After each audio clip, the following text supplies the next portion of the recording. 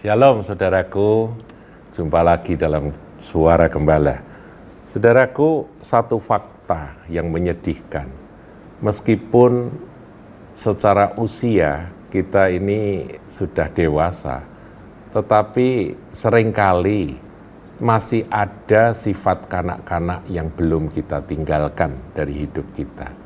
Nah, kita perlu menyadari hal itu dan evaluasi diri, koreksi diri, dan segera bertobat, minta supaya Tuhan dewasakan kita. Bicara tentang masalah kanak-kanak itu memang gimana ya saudaraku ya, bahwa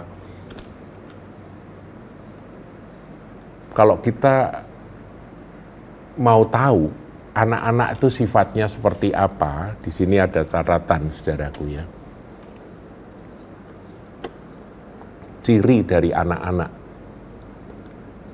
Anak itu adalah pusat dari segala sesuatu. Betul ya? Kalau satu keluarga ada anak yang lahir, bayi yang lahir, maka bayi itu jadi pusat dari seluruh orang-orang yang ada di sekeliling. Nah, ketika kita yang sebetulnya secara usia sudah dewasa, tapi masih menginginkan diri ini menjadi pusat perhatian. Semua harus memperhatikan diriku. Dia ingin jadi pusat. Maka sesungguhnya dia adalah anak-anak atau bahkan bayi. Yang dia harapkan, yang dia minta itu adalah sesuatu yang seperti apa yang diharapkan oleh seorang bayi, seorang anak-anak, saudaraku. Ya, bayi itu jadi pusat seluruh rumah. Semuanya seneng ya sama bayi, dicubitin, diajak ngomong, padahal nggak bisa ngomong. Dan bayi kalau butuh sesuatu ya dia tinggal teriak saja, tinggal nangis. Dia nggak nyaman, dia berontak gitu, saudara. Anak itu menuntut, saudara, menuntut perhatian ya. Kalau enggak dia nangis. Dan yang kedua, anak itu tidak peka dengan kebutuhan orang lain. Jadi orang lain mau apa, ya kalau saudara bayangkan ya seorang bayi, seorang anak itu, mamahnya mau sakit, mamahnya mau susah, mamahnya mau sedih, dia tetap minta susu, dia tetap minta apa yang dia butuhkan. Dia tetap minta, kalau dia nangis minta digendong, saudara. Nggak peduli yang gendong itu sedang stres, kan gitu. Ya nggak peka kebutuhan orang lain. Semuanya adalah aku, dan aku. Itu sifat kanak-kanak. Nah, kanak-kanak rohani ya juga demikian, saudaraku. Menuntut, mengharapkan diri ini diperhatikan dan menjadi yang terutama dalam segala sesuatu.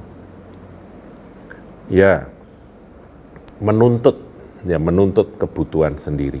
Kemudian berikutnya, anak itu akan ngambek, ya akan mutung ya kalau keinginannya tidak terpenuhi. Saudara pernah lihat anak yang pengen sesuatu kemudian tidak dikabulkan keinginannya, sedang jalan-jalan di mall gitu sama keluarganya, sama orang tuanya, dia minta sesuatu enggak dikasih, dia nangis tetap enggak dikasih, akhirnya ada yang mogok gitu ya, enggak mau jalan, dia deprok, bahkan ada yang gulung-gulung, nangis, jerit-jerit. Saya malah pernah dengar cerita dulu ada yang kalau minta sesuatu tidak dikasih, anak itu membenturkan kepalanya ke apa saja, melukai diri sendiri, supaya apa? Supaya orang tuanya takut dan kemudian mengabulkan apa yang dia inginkan. Itulah anak-anak, saudaraku. Jadi dia ngambek dan dia memaksakan kehendak. Itu kanak-kanak. Dirinya harus keinginan dirinya harus terpenuhi. Dan untuk itu dia memaksakan, dia memanipulasi. Kasih dan kekhawatiran orang tua kalau dia kena celaka dan sebagainya. Ada yang dibenturkan di etalase, saudaraku, kepalanya. Wah, kan berbahaya, saudara. Kalau sampai pecah kacanya, berdarah, kan orang tua jadi bingung. Itulah anak, saudara. Dan anak jelas tidak bertanggung jawab. Kalau dia mainan sesuatu, ada guci yang mahal, kemudian tersentuh, jatuh, pecah, yang disalahkan bukan anaknya, yaitu orang tua yang menaruh guci itu di situ, saudaraku. Anak tidak bisa dituntut tanggung jawab. Kemudian, ya kita tahu ya, seorang anak itu nggak logis, nggak masuk akal. Kalau kita ketemu dengan orang tua yang sudah usianya itu sudah bukan anak-anak lagi, tapi nggak logis, ya termasuk mau menang sendiri, saudaraku ya, nggak logis, itu sebetulnya anak-anak di dalam tubuh orang tua. Jadi yang model begini ini, mereka sebetulnya hanya tunduk pada otoritas mutlak saja.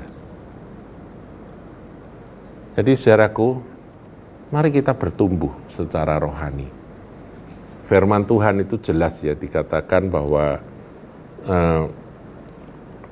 kita ini harus mengalami pertumbuhan supaya kita nggak diombang-ambingkan oleh berbagai angin pengajaran.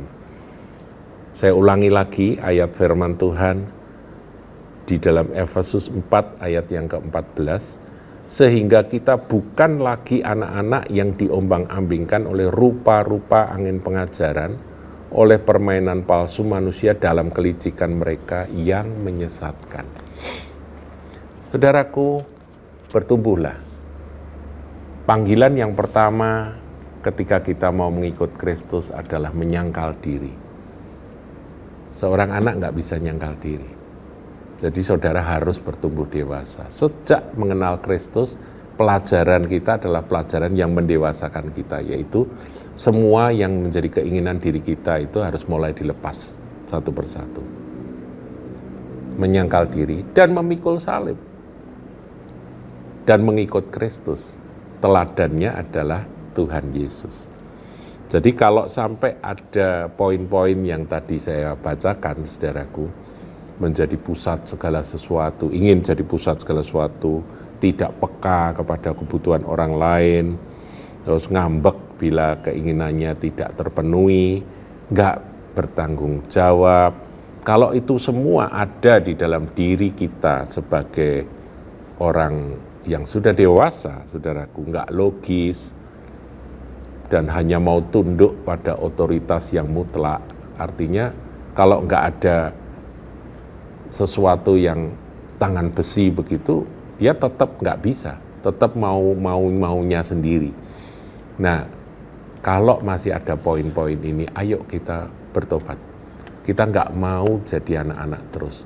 2022 kita mau berubah.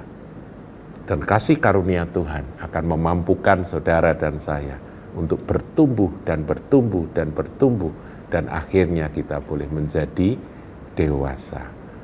Kita dipanggil untuk menjadi serupa dengan Kristus. Tuhan Yesus memberkati.